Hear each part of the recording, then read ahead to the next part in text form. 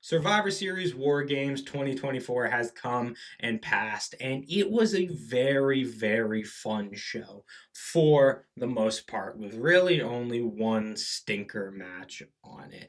What I'm going to be doing in this video is going through each match on the card, giving my thoughts on the match, potential new directions going forward, and ending with a star rating for each match. Let me know what you guys thought of Survivor Series down in the comments below. And if you disagree with any of my takes on the matches discussed in this video, let me know down below. If you like the video, please consider subscribing, leave a like, leave a comment, turn on the bell for notifications. It all really helps me out. But with that all being said, let's go ahead and get into the review with our first match. So we start off first with the women's war game match. And for these matches that are regularly occurring on the calendar, like War Games happens every November at Survivor Series, you have to ask, what is the point of these matches? Because it's not to blow off some big feud. Hell in the Cell in recent days has achieved that status because it's no longer a yearly pay-per-view event like War Games is. So it doesn't feel special or important to a significant story. It feels like the story is being built around the stipulation and not the other way around, which isn't a good thing to have from a stipulation match. So you have to ask, what is the purpose of doing this stipulation? And there are two real points to doing these yearly occurring stipulation matches. The first is that it has some sort of stakes in it that can advance a storyline in a meaningful way. You have the Royal Rumble, where the winner gets to go on to fight for a title at WrestleMania. Same with the Elimination Chamber and King of the Ring. You get a world title shot at SummerSlam. Those are events and stipulations that have ingrained importance so that it's not just winning a big match on pay-per-view, it's also getting a boon on the other side for the wrestler that wins.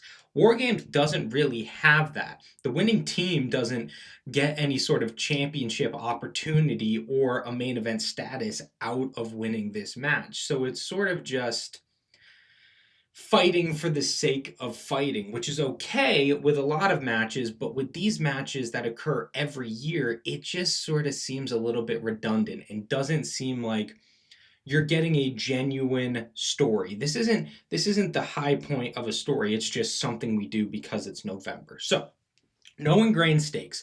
What's the second thing we do to make these matches good? They have to be entertaining, fun, spot fest plunder brawls. That is essentially the purpose of a modern day war games, is to put a bunch of people in there and have just a really fun match that has some cool story beats in it. And War Games can often achieve that. I believe that they got War Games right in NXT and have sort of lost it on the main roster a little bit. But the possibility still exists that they can be fun matches. So even if you're not significantly advancing a storyline and they don't have a lot of stakes in the larger WWE universe, you still can just have a fun 40 to 50 minutes watching this match. But unfortunately, the women's match did not accomplish this. The women's match was very much just sort of like a generic plunder brawl for a lot of the time. And I really hate the War Games format where every new competitor just throws a bunch of foreign objects like tables and chairs and chains or whatever into the ring to be used in the match, because it feels so formulaic, I guess, because we've seen it happen so many times in so many different matches. And you just know that when they get in the ring, they're going to be focusing on using kendo sticks rather than using interesting or dynamic moves to really get the crowd invested in the match. And it's sort of a cheat code to make excitement and drama in a match rather than putting any really ingrained, built to storyline pieces into the match. So the structure of the match did not set it up for success. And then getting into the match, it was just really bad. Like the option or the choice to start with Nia Jax in the chamber is insane to me because Nia Jax is not a good worker. She is sloppy, she is boring, she has a limited repertoire of power moves, and that was very much on display in this match. But it's not Nia's fault that the match was bad because really only about half of the field in this match were good wrestlers. And the other half sort of just churned this match into a sloppy, mistimed bleh of nothingness. It was just nothing happened in this match. And I was just sitting there for like 45 minutes just watching bad wrestling in front of me, sloppy wrestling. Like some of the chair shots in this match were legitimately some of the worst chair shots I've ever seen in my entire time watching wrestling. They look so fake, they look so unconvincing. All of the strikes thrown in this match, it seemed like the wrestlers thought, okay, I'm just going to work this person over in the corner here, and they're going to be filming the other people in the other ring over there doing their stuff. But then the camera cuts to them, so they're just like punching super slow, and they're a foot away from their opponent. It just looked awful throughout.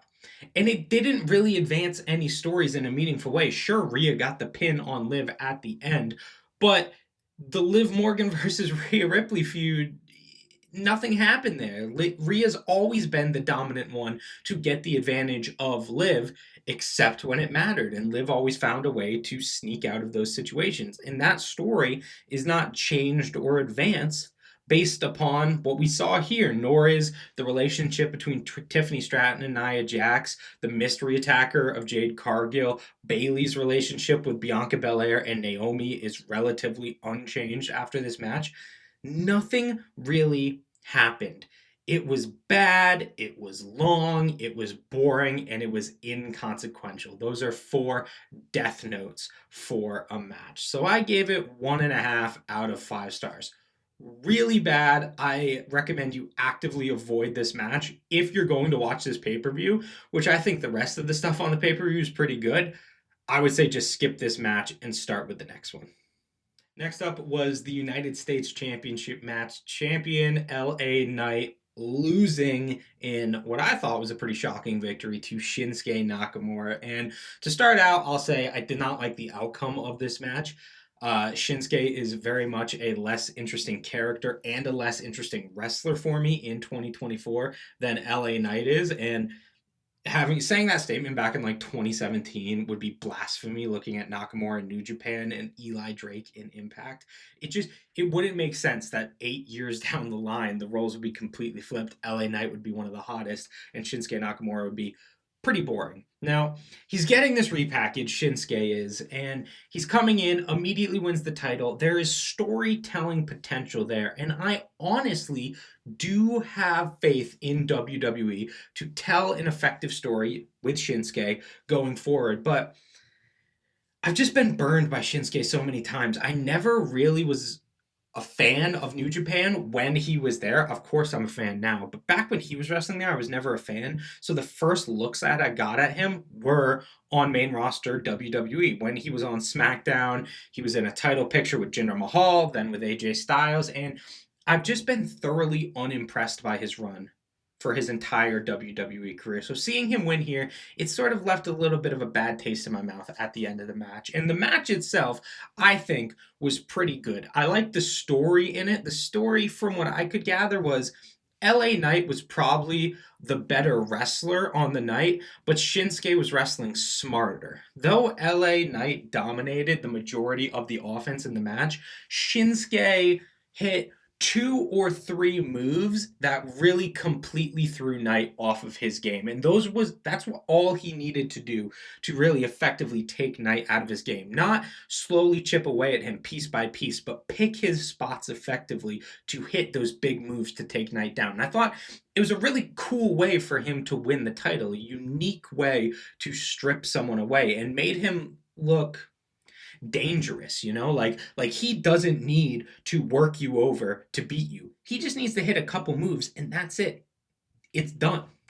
And so I thought it was an interesting story. The action was always good, never really getting anywhere close to great. This is a match that you would expect to see main eventing an episode of SmackDown. The action, the storyline, the characters all fit into that little package. But being on a pay per view, it sort of felt a little bit diminished almost. Like, does this really belong here?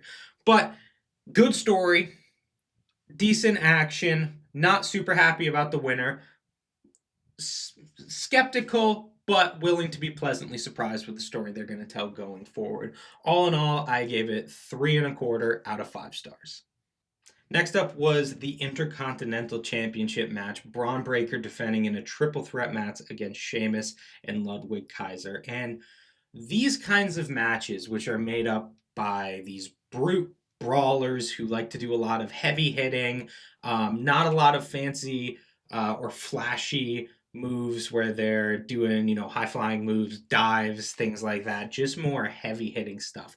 These kinds of matches always strive for a certain tone, but it's hard for a match to really achieve that tone. Like, they want them to feel both chaotic, like these are two guys who are genuinely just having a fight you would see in any back alley behind a bar in New York City. That's the kind of fight they're having, but also trying to make it entertaining enough and incorporate spots to hold the audience interest throughout a 15-minute time limit.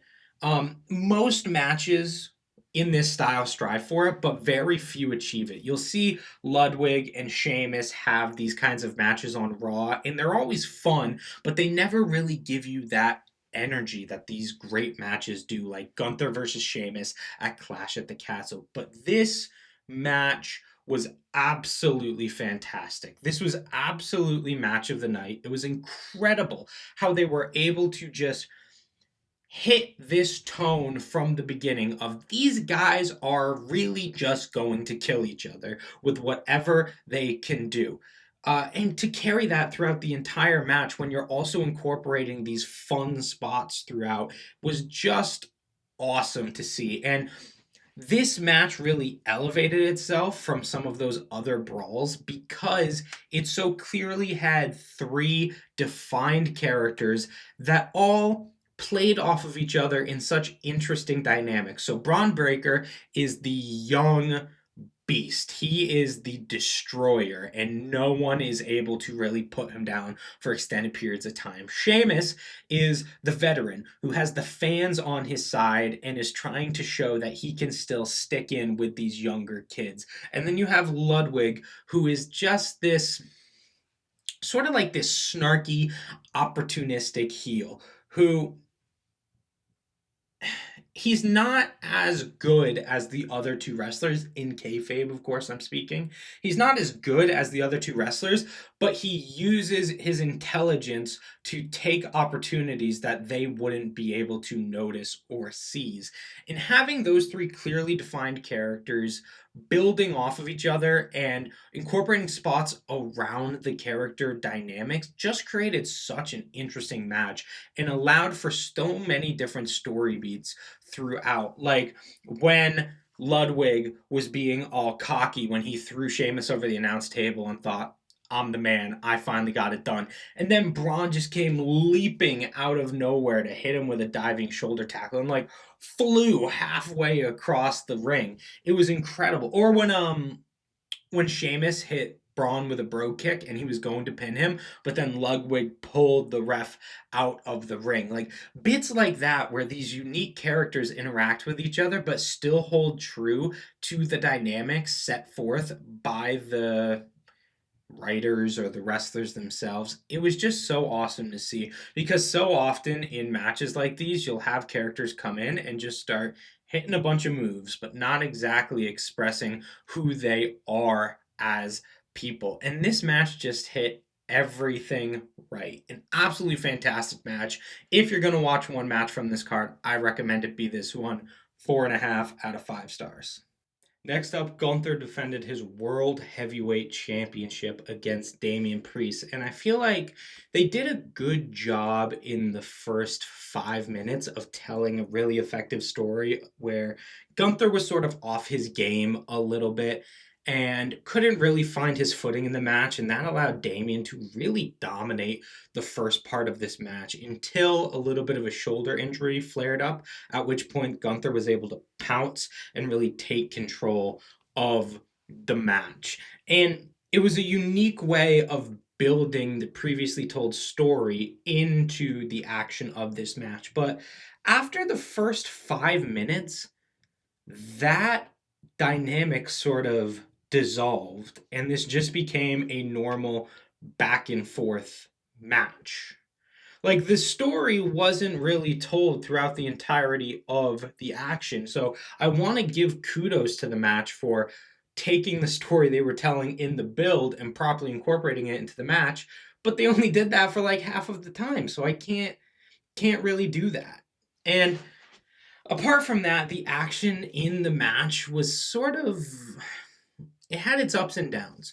Whenever Damian was on top, and I'll give Damian credit for this, his action always looked phenomenal. Where it lagged for me was when Gunther was on offense, which is weird because Gunther on offense is normally incredible. But here, he was spending a lot of time working over Damian's arm and his shoulder. So a lot of his moves were like rest holds or pretty basic strikes, things you really see in every single match. So it wasn't as exciting as a normal Gunther match is. But one thing I will say is Damian Priest is an absolute world class seller. I don't think he gets enough credit for how good at selling he is. This is the second time in the year, I think, where I've legitimately thought, oh God, Damian's injured in there. He's legitimately injured, but just continuing the match to try to see it out. It was this time, and he was wrestling Drew for the title. Might have been, oh, I don't remember what pay per view it was actually. It was the one before Money in the Bank, whichever that might have been. He's just really good at making you think he is genuinely injured over the course of a match. And the action overall was very good, but did lag at some points to hold it back from really being great. And I feel like the ending wasn't too great. The interference from Finn, sort of the Finterference, if you will. It sort of detracted from the ending of the match. I feel like depending on what story they're telling going forward with Gunther, it sort of does make a little bit of sense for him not to get a clean win over Damian so he can continue with this crisis of confidence storyline he's been building over the past month or so. So I get that perspective on it, but it was just sort of a, oh, they're going back to Damian and Finn again, and we don't really have a conclusive winner to this match. It was sort of just a little bit deflating. So overall, very good action throughout, an interesting story told at parts, little bit of a lame end. I give it 3 3/4 out of 4 stars.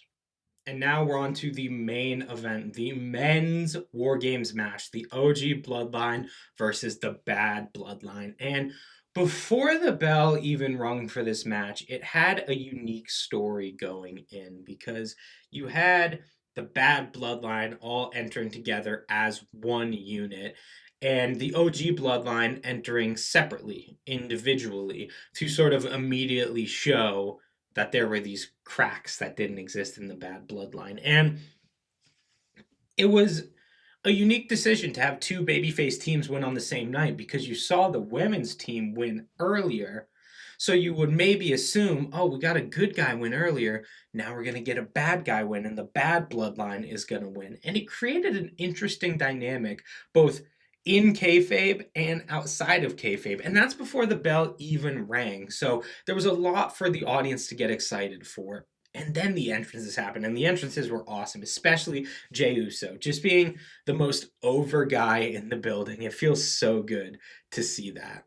And I liked the story this match was telling, sort of mirroring and contrasting the two different bloodlines. For example, when people were going out of the cages, Tonga Loa tried to get in the ring, but Solo stopped him, or maybe it was Tama Tonga. One of the Tongans was trying to get in the ring, and Solo stopped him and allowed the other Tongan to go in instead. And they didn't argue about it. They didn't bicker. They were sort of just like, you know what? That was the right decision. You're the tribal chief. We're going to trust you. On the opposite side, when Punk tried to get in, Roman stopped him and asked Sammy to go instead. And Sammy was like, whoa, I are you sure? You sure you want me to do this? This isn't going to cause beef. We're all still good here. And Punk looked pissed after that. And you could just sense the tension from the babyface team. They didn't feel like a full unit like the Bad Bloodline did, even with the outside help of Bronson Reed. So it was a really unique story to tell in there. And in terms of highlights, I would say the real lone highlight in this match for me was Jacob Fatu. Every single thing he did was incredible. There was this one spot when Punk came in, he had a toolbox mimicking some of the spots he did with Drew at Hell in a Cell, and he was just going around popping people on the head with the toolbox, knocking people down, lays it in the middle of the ring, takes Jacob, hits a bulldog right onto the toolbox, and Jacob pops up and no sells it. I love Jacob Fatu no selling more than anything in the world of wrestling at the moment. He's so good. And there was a point in the match where it looked like he was going for the whisper in the wind and sort of fell and then just did such an incredible job at selling his leg for the rest of the match, to the point where, mimicking what I said earlier, I wasn't sure if he was legitimately injured or not. He's just sort of that good.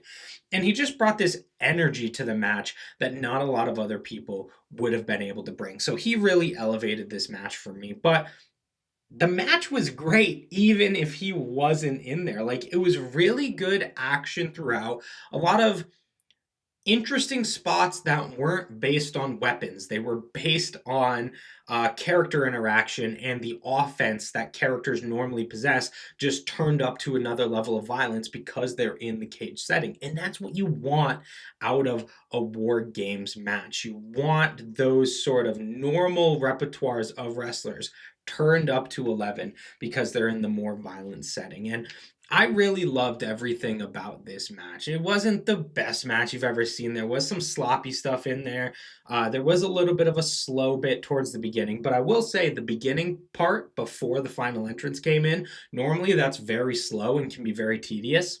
I don't think it was in this match. I think it was actually exciting, and I liked a lot of the story that they were telling. So really, a fun War Games match, maybe the best main roster War Games that they've had since its incorporation in like 2022. Not the best War Games in WWE, in my opinion. I feel there are numerous examples from NXT that are better than this one, but still a very fun and truly great match. I gave it 4.25 out of 5 stars.